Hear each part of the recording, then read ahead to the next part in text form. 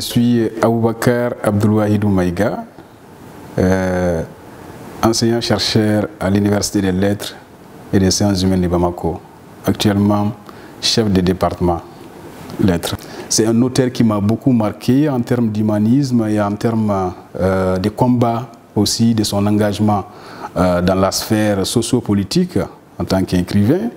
Et il a marqué de son emprunt la littérature française du début du XXe siècle par ses actions non seulement littéraires mais aussi ses prises de position par rapport à des questions existentielles de l'époque. Il y a d'ailleurs Jean-Paul Sartre qui les classe sur la même liste que Zola en termes de combat. Et Sartre pense que Gide a fait de même aussi dans les combats pour l'émancipation non seulement des peuples africains, mais aussi dans les combats de la décolonisation aussi de l'Afrique.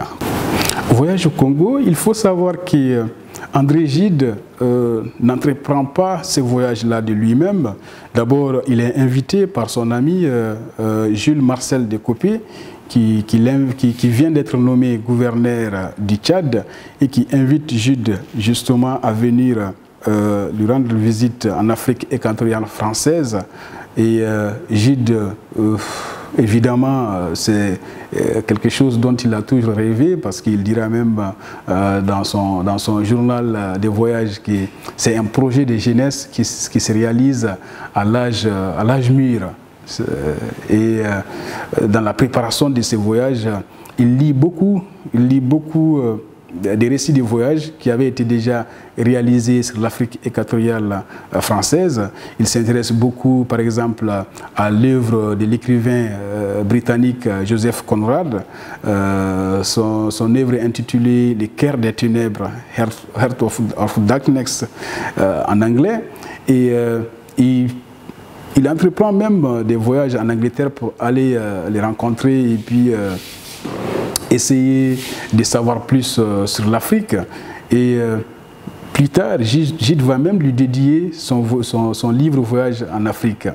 Et il faut savoir que le voyage a lieu de juillet 1925 à mai 1926.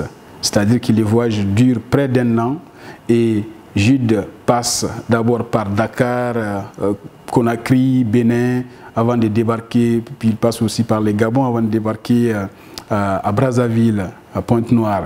Et il rend visite à beaucoup d'officiels, à beaucoup de gouverneurs de l'époque.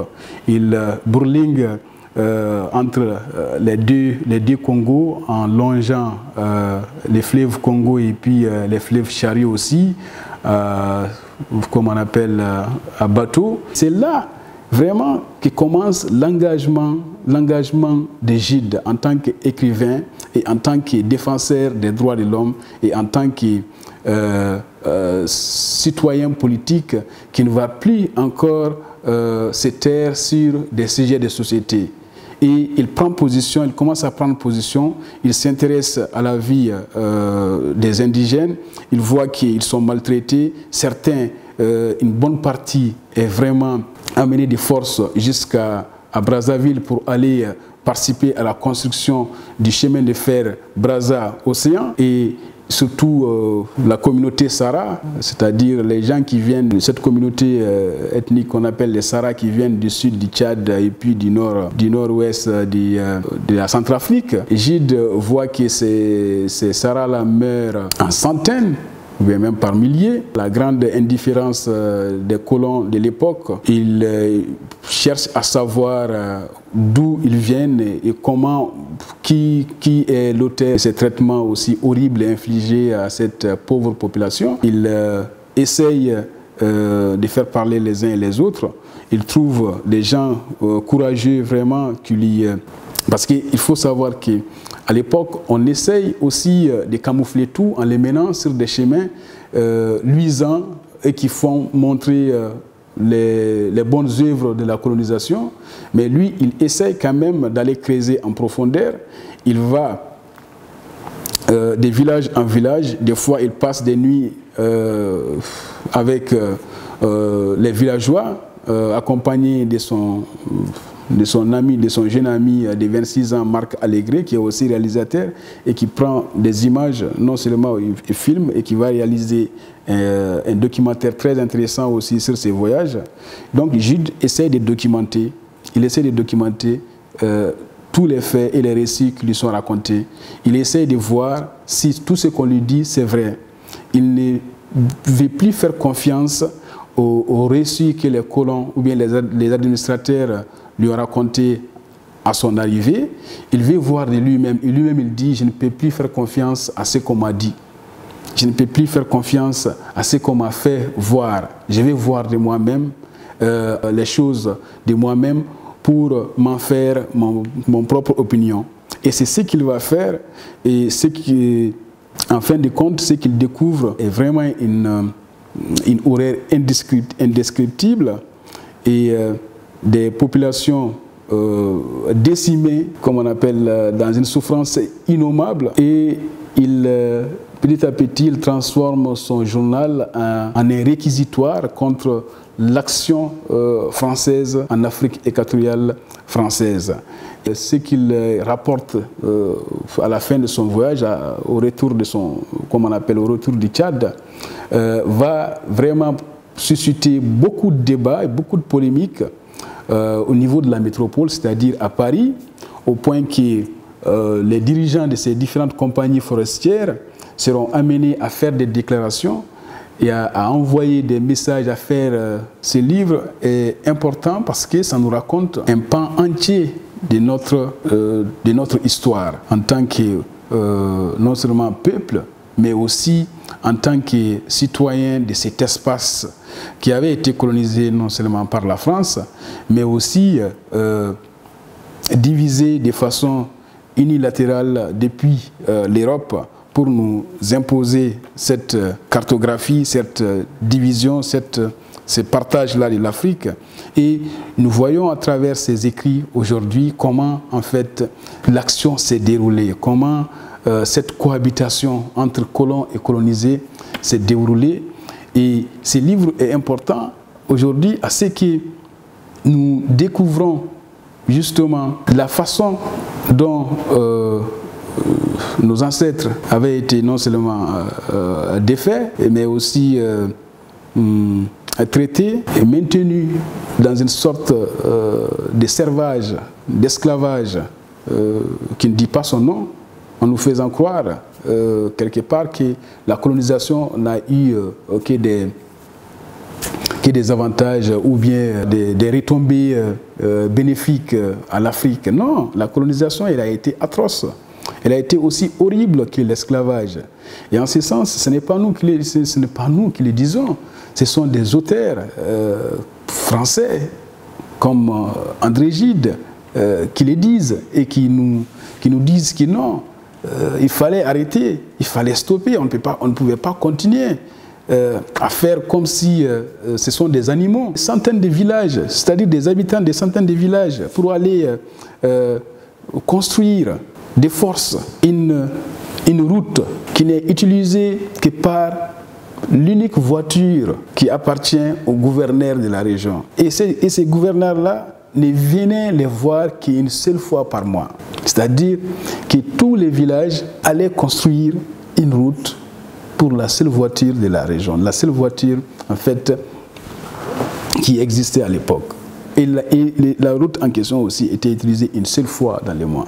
Et des milliers de gens devaient mourir dans la construction de cette route. Ou bien des milliers et des milliers de gens devaient laisser leurs champs, laisser leurs familles, transporter des forces pour aller travailler sur des chemins de fer dont ils n'ont aucune idée de son importance pour eux-mêmes, parce que ces chemins de fer devaient servir à transporter les caoutchoucs, les fruits de leur dur labeur aussi de l'autre côté, dans lesquels ils mouraient aussi en centaines. Gide remet non seulement la politique coloniale française, mais il défend l'idée aussi de la colonisation.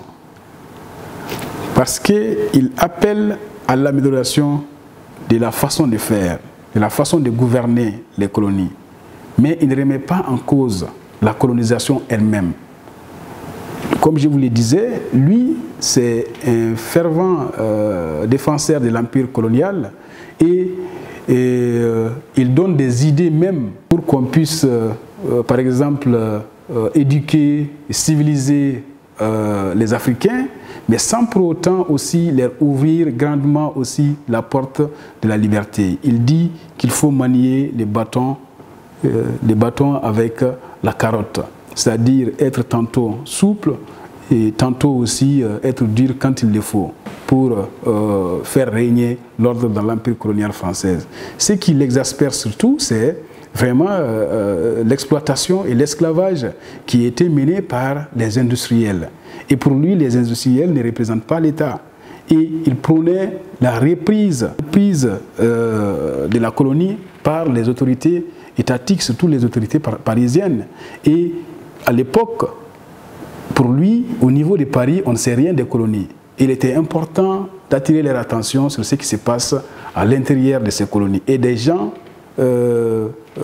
cupides et vraiment de mauvaise foi s'enrichissaient grandiosement, s'enrichissaient de façon vraiment gratuite sur les dos des contribuables français, selon lui, et puis sur les dos aussi des pauvres indigènes.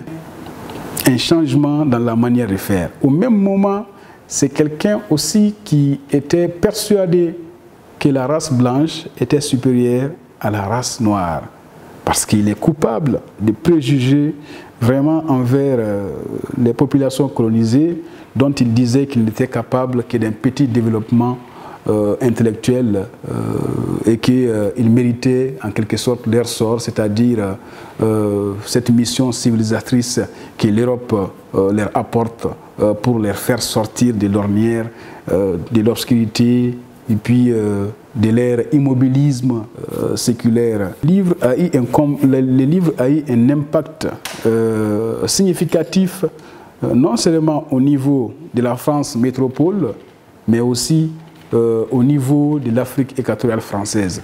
Parce que le livre a amené par exemple des gens comme Léon Blum à se révolter contre la colonisation française et à avoir des arguments solides pour mener leur combat contre la colonisation.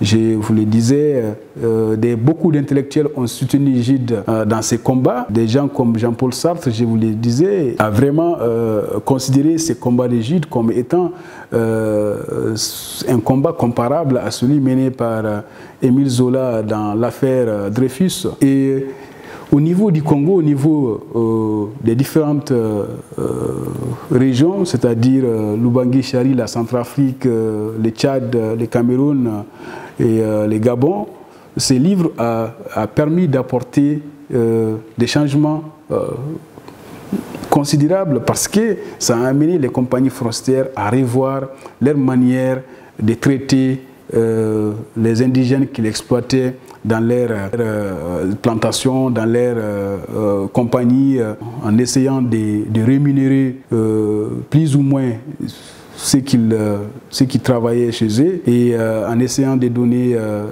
une place aussi importante aux chefs de village. Les intellectuels que nous représentons de façon vraiment humble, je l'ai dit, nous sommes aujourd'hui